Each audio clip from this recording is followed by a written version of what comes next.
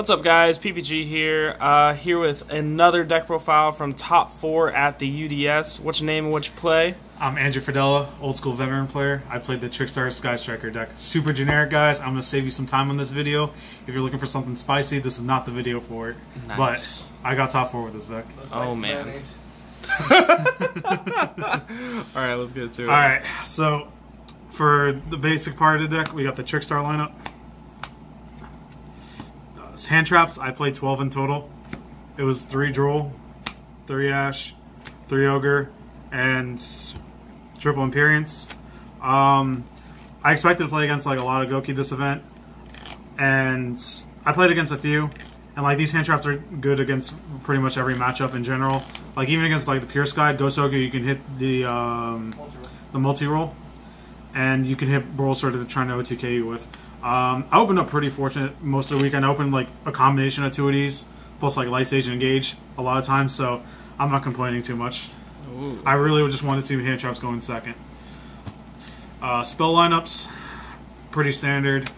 Triple Engage, triple Hornet Bit, 2 Widow Anchor, and 1 Afterburner. So, why did you play 2 Widow, and why didn't you play Jamming Waves?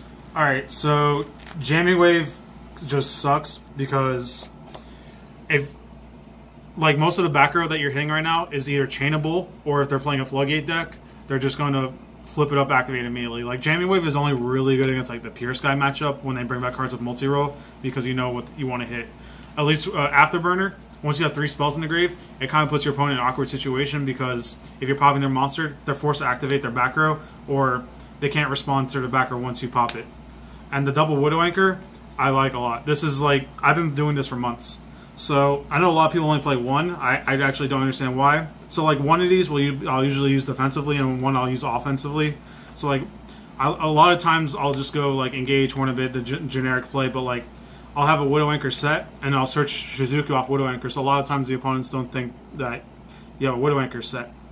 So you catch them off guard a little bit with that too. And then once they make their board, you just Widow Anchor their guy, and you just attack the game with your Trickstar monsters. Okay. Other spell lineup, pretty generic. Triple Terraforming, triple Light Stage. I'm always trying to play with 12 starter cards in my deck. Triple Call by the Grave. You can't get hand trapped in this deck really too much. I only played 2 Scapegoat. This card's still pretty much like an auto win, but like it's really hard to like actually end phase resolve this card and make a board. A lot of people are starting to like pop back rows, or they're OTKing you a lot easier. I expected like a good amount of the Alistair deck for this event, and like this card versus Purgatrio, you just die. So like you can never activate this card versus the Alistair deck, because they can potentially OTK you. So that's like the main reason why I cut it down to 2. Also, I wanted to make the deck 40 cards, so that was also another reason. And then 2 Reincarnation. It's all you really need to make the deck efficient. So why didn't you play Desires? I'm not a fan of Desires in this deck. I tried Desires before, but you banish like a lot of key cards a lot of times, and it wasn't, the draw 2 wasn't worth what you potentially banished, specifically in like a deck like this. I mean, if you're trying to something crazy like a 50 card version of this deck, something like that might work, because you're less likely to hit like key cards. But like banishing a Lilybell is huge, because you need to have access to Lilybell throughout the game, because that's a win condition. And you need to have access to like multiple Licorices. Like every card in here is important. Like it serves a purpose. There's no card I really ever want to banish. Gotcha. For the extra deck lineup, pretty standard. 2 Gagari, 1 Hayate, 1 Shizuku. I played Nightmares, 2 Cerebus, Goblin, Phoenix, Unicorn. And then the other generic links, Linkuriboh, Spider. This card I added in like a week or 2 ago, and it's just been amazing. I OTK'd a lot of people. So like a lot of times what I did was like you go turn 1 Candina, and if you already have a Licorice or like a Reincarnation in your hand, you just get the missing piece. And then once you bounce back to your hand with Licorice, it doesn't matter if they kill the Licorice or not. Next turn you're usually going to summon Candina, search for, somehow get a Lilybell, special the Lilybell, link up into this guy. At one point you'll either have already activated Reincarnation, or you still have it set, so you flip over to Reincarnation, so you attack for 19, you Reincarnation back, the Lily Bell for like 15, and you can add back Licorice. It's attack more per game. Then for other ones, I played Topological Bomber Dragon, Nagrisu, Firewall for the Lily Bell OTK. I only resolved that once the whole weekend, and I actually never got to summon this card, but I don't regret playing it because this card's just broken. Yeah. Extra deck. I mean, not extra deck, side deck. Triple Cherries, mainly for the Goki and the Pure Sky matchup. You hit Firewall or Goblin against Goki, and you hit Kagari or Shizuka, obviously, against Pure. Triple Mind Crush. I'm not really playing too many Go First cards in my sideboard, and like I felt I needed something defensively for when I go first. I was between this and Shared Ride. I ended up choosing this more for the versatility wise. That it can hit Invocation out of the Alistair deck's hands, because that's like the main card that they need to go off.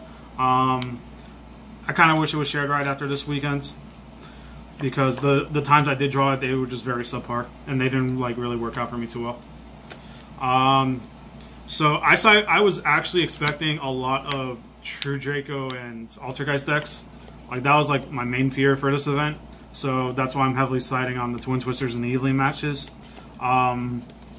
Fortunately, I didn't run into any Floodgate decks, and these each only went in like once, like the whole weekend, against like other matchups for the most part. And last part was 2 Mind Control and 1 Gamma Seal.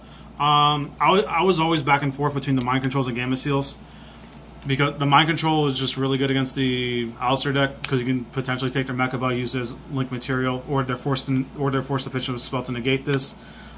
This just stops like a Mecha Bell completely. I actually never really sideboard the Kaiju against like a Goki deck, because it's just like I only side the hand traps in, because they're going to make the you can't really deal with it. You just have to accept. You just have to accept that you don't draw a hand trap or not. But both of these were just really good against like the Mirror Match and Pure Sky and the Alistair deck. Like the Mind Control won me a lot of games this weekend, so I was very happy that I was playing these. Nice.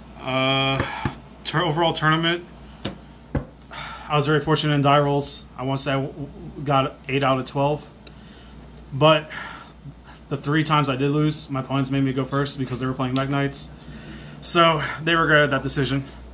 I played like against like 4 or 5 Mech Knight Alistair decks. I played like 2 or 3 Goki decks in the rounds. I played against the BA deck, and I played against like 1 Mirror Match, and I forgot the other matchups I had. Top 8, I played against the Hero Phantom Knight Goki. I opened pretty well. I opened like 2 hand traps, engaged Light Stage both games, so that was fun. But top 4, I lost to Cameron Neal. He won the die roll, activated mid-raker field. I was able to droll him and stop him for a turn, but my hand was a little subpar. I couldn't really like deal with a following turn. And then pretty much the same thing happened the next turn. I just opened like a subpar hand, and I couldn't really like play out the game. But overall, I'm pretty satisfied with my performance. This mat's beautiful. I love it. As soon as I saw it, I knew I had to like at least make top 8 to try to get it. I was like, I never felt I had the best deck in the room, but like I was playtesting with this deck so much. I put so much time into this deck. Like I was confident I could finish the turn with X3, and that's where I ended with it. So I'm satisfied with my results there. Any shoutouts? Yeah. So that was my overall turn experience.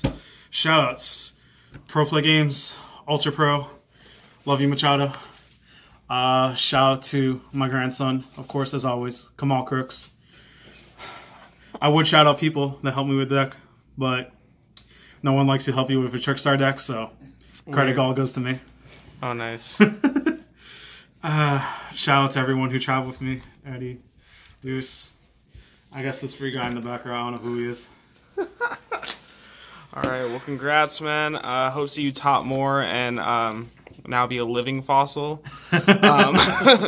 So, yeah, thank you.